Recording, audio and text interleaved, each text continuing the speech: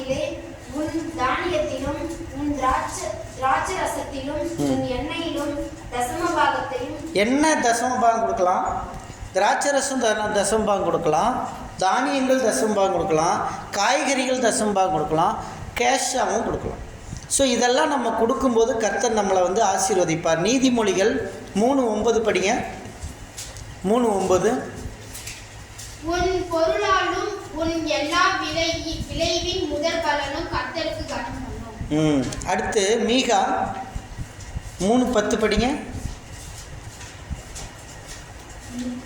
மீகா 3:10. மீகா தீர்க்கதரிசி.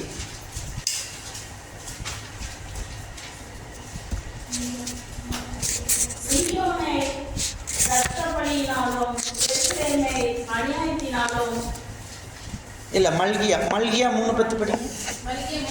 10. என் ஆலயத்தின் ஆகாரம் உண்டாயிருக்கும்படிக்கு தசமபாகங்களை எல்லாம் பண்டகசாலையில் கொண்டு வாருங்கள்.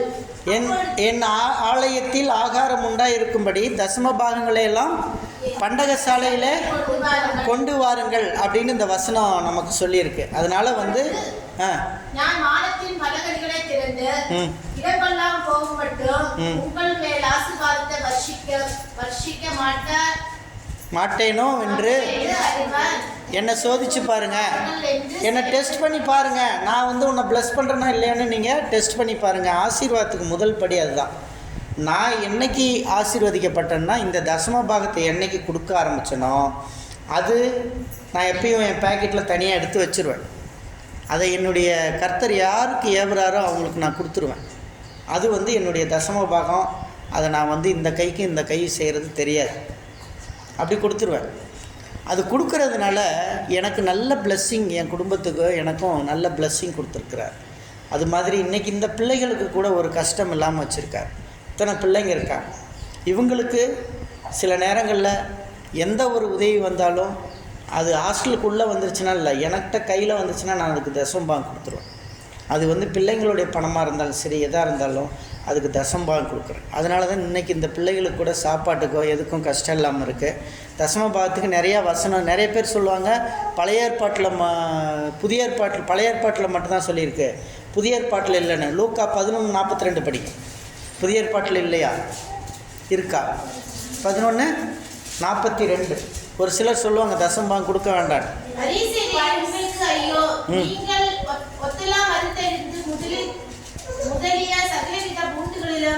தசமபாகம் கொடுத்து நியாயத்தையும் தேவ அன்பையும் விட்டு விடுகிறீர்கள். இவர்களையும் செய்ய வேண்டும், அவங்களையும் விடாதிருக்க வேண்டும். பார்த்தீங்களா? ரெண்டையுமே தசமபாகம் மட்டும் கொடுத்தா போதும், கர்த்தர் என்னை பார்த்துக்குவாருன்னு சர்ச்சுக்கு போகாமல் இருக்கக்கூடாது. தசமபாகம் மட்டும் கொடுத்தா போதும், கர்த்தர் என்னை கவனிச்சுக்குவார், நல்ல எனக்கு பிளெஸ்ஸிங் கொடுத்துருவாருன்னு சொல்லிட்டு பைபிள் படிக்காமல் இருக்கக்கூடாது, ஜெபம் பண்ணாமல் இருக்கக்கூடாது. ரெண்டுமே பேலன்ஸாக பண்ணணும். அப்படி தான் வேதவசனம் நமக்கு சொல்லுது. மத்தேயு 23:23 படிங்க. மத்தேயு 23:23. மாயக்காரராகிய வேத பாத்திரங்கள் பரிசேயரே, உங்களுக்கு ஐயோ! நீங்கள் ஒட்டந்தராமிலும் வெந்தயத்திலும் தீர்க்கதரிசியிலும் தசமபாகம் செலுத்தி நியாயப்பிரமாணத்தில் கற்பித்திருக்கிற விசேஷித்தவர்களாகிய நீதியையும் இரத்தத்தையும் விசுவாசத்தையும் விட்டு விடுவீர்கள். இவங்களையும் செய்ய வேண்டும், அவங்களையும் விடாதிருக்க வேண்டும். இங்கே வந்து ரெண்டுமே பண்ணணும்னு சொல்லுது. பார்த்தீங்களா? வெந்தயம் விதைச்சிட்டு அந்த வெந்தயத்தை கொண்டு போய் தசம்பாகம் கொடுத்துட்டேன், நான் தசம்பாகம் கொடுத்துட்டேன் அப்படின்ட்டு நியாயப்பிரமாணத்தில் எல்லாம் இருக்கிறதெல்லாம் தப்பு பண்ணி கொலை பண்ணிக்கிட்டு திருடிக்கிட்டு எல்லாம் செஞ்சிட்ருக்காங்கன்னு வச்சுக்கோங்க. அவங்களுக்கு வந்து கர்த்தர் சொல்கிறாரு, இது ரெண்டையுமே கரெக்டாக பண்ணணும். எது தசமபாகத்தையும் கரெக்டாக செய்யணும், இதையும் கரெக்டாக செய்யணும்னு. ஒரு திருடன் இருந்தான் ஒரு கிராமத்தில். அந்த ஊரில் ஒரு பெரிய செட்டியார். அந்த காலத்தில் செட்டியார்கிட்ட தான் எல்லா காசுமே இருக்கும். இந்த கிராமத்தில் எவ்வளோ பணம் விளைஞ்சாலும் அது விளையிறதெல்லாம் செட்டியார்கிட்ட கொண்டே கொடுத்துருவாங்க. செட்டியார் கடை வச்சுருப்பார். அந்த செட்டியார்கிட்ட பார்த்திங்கன்னா அவர் வீட்டில் நிறையா பணம் அடுக்கி இருக்கும். அந்த காலத்தில் செட்டியாருங்களை வந்து பணத்துக்காக கொலை செஞ்சது நிறையா நடந்திருக்கு அவங்க வீடுகளில். ஸோ அப்படி ஒரு செட்டியார் வீட்டை வந்து ஒரு திருடன் பார்த்துட்டே இருக்கான். அவன் வந்து எப்படியாவது அந்த வீட்டுக்கு போயிடணும் அப்படின்னு பார்க்குறான். சரி, எதாவது பிளான் பண்ணுமே அப்படின்னு சொல்லி அந்த வீட்டுக்கு போகிறான். போயிட்டு கடப்பாரை எடுத்துகிட்டு போய் ஒரு ஹோல் போட்டான், அந்த செவுத்தை உடைச்சிட்டான். செவுத்தை உடைச்சி போகும்போது அங்கே கிளம்பி வரும்போதே அம்மா ஒய்ஃபுக்கிட்ட சொல்லிட்டு வந்தான், நான் போய் திருட போகிறேன், யார் வீட்டுக்கு போகிறேன், செட்டியார் வீட்டுக்கு போகிறேன் அப்படின்னு சொல்லிட்டு போனான். அதே மாதிரியே ஓட்டை போட்டிருக்கு. அந்த ஓட்டைக்குள்ளே இவன் தலையை விட்டான் பாருங்கள். உடம்பு பாதி உடம்பு போகிற அளவுக்கு தான் ஓட்டை போட்டிருக்கான். அந்த ஓட்டைக்குள்ளே இப்படி உள்ளே போனான். அந்த செவுரு ஈரமாக இருந்து அந்த செவுரு வந்து டபக்குன்னு அமுத்தி அவன் அதுலேயே செத்து போயிட்டான். காலையில் செட்டியார் அந்த திருடனுடைய மனைவி வீட்டுக்காரன் அங்கே போகிறேன்னு சொன்னானே திரும்பி வரவே இல்லையே, என்னாச்சுன்னு போய் பார்த்தா அங்கே அவன் செத்து கிடக்கிறான். அதை பார்த்த உடனே இவன் நேக்கான ஆள் நேராக என்ன பண்ணிட்டா, அரசங்கிட்ட போயிட்டா. அரசா, செட்டியார் என்னுடைய கணவனை கொண்டு விட்டார், செட்டியார் என்னுடைய கணவனை கொண்டு விட்டார் அப்படின்னு சொல்லி அங்கே போய் அரசங்கிட்ட சொல்லிட்டான். உடனே அரசன் செட்டியாரை வர சொல்லுப்பா. ஏப்பா செட்டியார், இந்த மாதிரி அவங்க கணவன் எங்கே செத்தான்? ஆமாங்கய்யா, எங்கள் இதில் தான் ஓட்டை போட்டு உள்ளே வந்தான். உள்ளே வரும்போது செவுரு அமுந்து செத்து போச்சு. செவுரு யாருது? செவுரு என்னது? அந்த வீடு யாருது? என் வீடு அப்படின்னு செட்டியார் சொன்னார். அப்போ நீ தான் வந்து இது பண்ணியிருக்கிற அப்படி தானே என்னன்னா இவன் யோசித்தான். ஏன்னா மன்னன் வந்து இப்படியெல்லாம் தீர்ப்பு கொடுக்குறான், அவன் திருட வந்ததெல்லாம் தப்புன்னு தெரியல மன்னனுக்கு, அவன் செத்து போனது என் இடத்துலன்னு சொல்லி சொல்கிறானே அப்படின்ட்டு அவன் சொன்னான், மன்னா இது ஏன் குற்றம் இல்லை, இந்த பில்டிங் கட்டின மேஸ்திரி தான் கேட்கணும், அவன் ஒழுங்காக கட்டிக்கிறானா இல்லையான்னு தெரியல, அதனால் மேஸ்திரியை கூப்பிட்டு கொஞ்சம் விசாரிங்க மன்னா அப்படின்னு சொல்லி சொல்லிட்டானா. உடனே என்ன பண்ணாராம் மன்னன், உன்னை மேஸ்திரியை கூப்பிட்டாப்பா அப்படின்னு மேஸ்திரியை கூப்பிட்டான். மேஸ்திரி சொன்னான்னா, மன்னா மேஸ்திரி யோசிக்கிறான், மன்னன் நம்மளை மாட்டி விட்ருவான் போல் அப்படின்னு சொல்லிவிட்டு, மன்னா இது என்னுடைய தப்பு இல்லை, என்னுடைய சித்தாள் ஒருத்தருக்கிறான், என்னுடைய சித்தாள் ஒருத்தர் இருக்கிறான், அந்த சித்தாள் அவன் தான் கொஞ்சம் தண்ணி கொஞ்சம் அதிகமாக கலந்து அந்த இதை போட்டான், அதனால் நீங்கள் சித்தாள்கிட்ட தயவுசெய்து விசாரணை பண்ணணும். உடனே சித்தாளை வர சொல்கிறான்னு சித்தாள் வரும்போதே யோசிச்சுட்டு வந்துட்டான் என்ன சொல்லலாம் அப்படின்னு. மன்னா இது ஏன் தப்பு இல்லை, நான் அந்த சாந்து கலவையெல்லாம் கலக்கிட்டு இருக்கும்போது அந்த நாட்டிய மங்கை ஒருத்தி வந்து சலங்கையை போட்டு சலக்குன்னு நடந்து போனா, அவளை அப்படி பார்த்தேன், அதனால கொஞ்சம் தண்ணி அதிகமாக போயிடுச்சு மன்னா, இது ஏன் குற்றம் இல்லை, அந்த நாட்டிய மங்கை பண்ண தப்பு, அவள் அந்த நேரம் வந்து இந்த சலங்கையை போட்டு சலக்குன்னு போகாமல் இருந்தால் நான் எப்படியாவது நல்ல கலவையை போட்டு அதை முடிச்சிருப்பேன் அப்படின்னு சொல்லி அவன் சொன்னான்.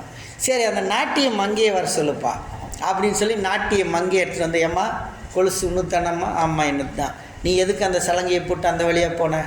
மன்னா நீங்கள் தானே வர சொன்னீங்க, அதனால தானே போனேன் மன்னா அப்படின்னொன்னே மன்னர் அடுத்து நமக்கு தானே தண்டனை கிடைக்குன்னு சொல்லி மன்னர் சொல்லிட்டானா, இந்த வழக்கு நான் ரத்து பண்ணுறேன்னு சொல்லிட்டானா.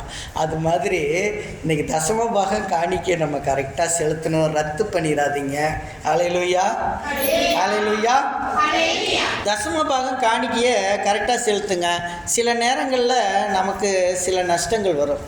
சில நேரங்கள் அந்த நஷ்டங்கள் பார்த்திங்கன்னா, ஒன்று தசம பாகமும் நான் கரெக்டாக கொடுத்துட்டேன், நான் செய்ய வேண்டியதெல்லாம் செஞ்சுட்டேன், எனக்கே அந்த நஷ்டம் வந்துச்சு அப்படின்னு நம்ம யோசிப்போம். அது தேவையில்லாத வீண் வரையுமா இருக்குது. திடீர்னு பைக் ரிப்பேராக போயிடும், அந்த பைக்குக்கு கடைக்கு எடுத்துகிட்டு போனால் அது டபுள் சார்ஜ் கேட்பான். திடீர்னு வரும், அதெல்லாம் திடீர்னு வரும், அது ஏன்னு தெரியாது சில நேரத்தில். ஆனால் கர்த்தர் அதிலேருந்து ஏதோ ஒன்று கற்றுக் கொடுப்பார். ஏதோ ஒன்று கற்றுக் கொடுத்துட்டு கடைசியாக கர்த்தர் என்ன தெரியுமா சொல்லுவார், அதுக்கு பின்னாடி ஒரு பெரிய ஆசீர்வாதத்தை நமக்கு அனுப்புவார். அல்லேலூயா, அல்லேலூயா. அதனால் அதை நினைத்து நம்ம கவலைப்படக்கூடாது. சில நஷ்டங்கள் இடையில வரும்போது அந்த நஷ்டத்தை நினச்சி நம்ம ரொம்ப ஒரி பண்ணிக்கிட்டே இருக்கக்கூடாது, அதை கவலைப்பட்டுக்கிட்டே இருக்கிறோம். நான் பெங்களூரில் ஒரு முறை காரில் போயிட்டு இருக்கும்போது புது காரை கொண்டு வந்து சைடில் ஒரு லாரிக்காரன் இடிச்சிட்டான். என்னுடைய காரினுடைய சைடு பேனட் கலண்டுச்சு, பேனட் கம்ப்ளீட்டாக கலண்டுருச்சு. அப்புறம் அதுக்குள்ளே அவனை நிறுத்தி ஓடி போய் அவனை லாரிக்காரனை நிறுத்தினா அவன் இறங்கி வந்து பார்த்தான். அதுக்கப்புறம் காரை கொஞ்சம் இப்படி எடுத்து, லாரியை எடுத்தால் தான் காரை நீ மூவ் பண்ணினா கம்ப்ளீட்டாக கலண்டு போயிடும், அதனால் நீ கொஞ்சம் அப்படி இப்படி எடுன்னு சொல்லி அவங்க சொன்னோன்னா வண்டியில் ஏறி எடுத்தவன் அப்படியே சர்ன்னு வண்டி எடுத்துக்கிட்டு ஓடி போயிட்டான். உடனே நம்ம அவனை ஃபாலோ பண்ணலாம், பின்னாடி போடலான்னா வேண்டான்னு விட்டுறலாம் அப்படின்னு சொல்லி விட்டாச்சு. அதுக்கு அப்புறம் கம்பெனிக்கு கொண்டு வந்தோம். கம்பெனியில் வண்டிக்கு தான் இன்சூரன்ஸ் பண்ணி வச்சுருக்குறோம், கம்பெனிகிட்ட கொண்டு வந்தோம். கம்பெனியில் அதுக்கு ஆக்சுவலாக ஒரு பேனட் போச்சுன்னா 20,000 30,000 ஆகிடும். ஆனால் கம்பெனியில் ஒரு 1000 ரூபா செலவு, அவ்வளோதான். 1000 ரூபாய்க்கு பில்லு போட்டு கொடுத்துட்டு மீதி நாங்கள் இன்சூரன்ஸ் பார்த்துக்குறோம் சார், நீங்கள் விட்டுட்டு போங்க, ஒரு 3 நாள் கழித்து வண்டியை எடுத்துகிட்டு வாங்கன்னா வண்டி புது வண்டி மாதிரி ஆக்கி திருப்பி கொடுத்துட்டேன். எதுக்கு சொல்கிறேன்னா, சில நேரங்களில் இந்த மாதிரி வரும், சில நஷ்டங்கள் ஏற்படும். சில நேரங்களில் ஏற்படும் போது நம்ம யோசிக்கணும், யாராவது ஒருத்தருக்கு செய்ய மறந்துட்டோமோ, யாராவது ஒருத்தருக்கு ஒரு 1000 ரூபா எனக்கு நஷ்டம் கிடச்சிது, அந்த 1000 ரூபா ஒருவேளை யாருக்காவது செய்யாமல் போயிட்டனோ அப்படின்னு நம்ம யோசிக்கணும். அதனால் தசமபாக விஷயத்தில் ரொம்ப கேர்ஃபுல்லாக இருங்க. நம்ம சம்பாதிக்கிறத பல வழிகள் ஹாஸ்பிட்டல் செலவு வரும், நல்லா கேட்டுக்கோ. கரெக்டாக உன்னுடைய ஹாஸ்பிட்டல் எக்ஸ்பென்ஸ் எவ்வளோன்னு பார்த்தா உன் தசமபாகமாக இருக்கும். 2 மாதம் தசமபாகமாக இருக்கும், 3 மாதம் தசமபாகமாக இருக்கும் உன் ஹாஸ்பிட்டல் செலவு. அந்த 3 மாதம் தசமபாகம் அங்கே செலவாயிருக்கும். இதெல்லாம் பிள்ளைங்க சின்ன வயசு நீங்கள் பெருசாகும்போது சம்பாதிக்கும்போது இன்னும் கொஞ்சம் நாளில் சம்பாதிக்க ஆரம்பிச்சிடுவீங்க. சிலர் 2 வருஷத்தில் சம்பாதிப்பீங்க, சிலர் 5 வருஷத்தில் சம்பாதிப்பீங்க. சம்பாதிக்கும் போது 10ல் ஒரு பங்கு எடுத்து ஜெபம் பண்ணி சர்ச்சில் காணிக்கைப்பட்டியில் பாஸ்டர் கையில் கொடுத்து ஜெபம் பண்ணணும், அதில் காணிக்கைப்பட்டியில் போடணும். அப்படி இல்லைன்னா 4 ஏழைகளுக்கு உதவி செய்கிறது. நாங்கள் அதை ஏழைகளுக்கு உதவி செய்ய சொல்லி பைபிளில் சொல்லலை, அது தனியாக எடுத்து வச்சுக்கலாம். தசம பாகத்தை சர்ச்சுக்கு கொண்டு வாங்கன்னு தான் சொல்லியிருக்கு. அதனால் முக்கியமாக நம்ம சர்ச்சுக்கு தான் கொண்டு வரணும் தசம பாகத்தை. இப்போ ஊழியக்காரங்க இப்போ நாங்கள் கொண்டு சர்ச்சில் போட முடியாதுன்றதுனால நாங்கள் என்ன செய்யலாம், 4 பேருக்கு உதவி செய்யலாம். அது கஷ்டப்படுறவங்க யாருக்காக இருந்தாலும் நாங்கள் உதவி செய்யலாம். அது கர்த்தர் எங்களை ஆசீர்வதிப்பார், அவங்களுக்கு உதவி செஞ்சால் எங்களுக்கு ஆசீர்வதிப்பார். ஹல்லேலூயா, ஹல்லேலூயா. 4வது காரியம், விசுவாசிகள் ஞாயிறு ஆராதனையில் பங்கெடுக்கணும். இப்போ தான் முக்கியமான சப்ஜெக்ட்டுக்கு வரேன். 3 சப்ஜெக்ட் பிரச்சனை இல்லை, 4வது சப்ஜெக்ட் வரும்போது தான் நம்ம கொஞ்சம் டிஸ்ட்ராக்ஷன் ஆகும். ஞாயிறு ஆராதனையில் பங்கெடுக்கணும். காலையில் ஞாயிறு ஆராதனை கிளம்பும்போது தான் அங்கே மாடு பான்னு கத்தும், ஆடு கத்தும். ஐயோ ஆட்டை விட்டுட்டு போகிறோமே, ஐயோ மாட்டை விட்டுட்டு போகிறோமே, கோழியை விட்டுட்டு போகிறோமே. திருப்பி வரும்போது ஒரு கோழி செத்து போயிடும், ஒரு கோழி செத்து போயிடும்.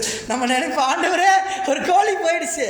என் தேவனுக்கு போயிட்டு வரும்போது ஒரு கோழி போயிடுச்சா, கவலையே படாதீங்க, கர்த்தர் அதை நாளத்திலேயே கொடுப்பார். ஹல்லேலூயா.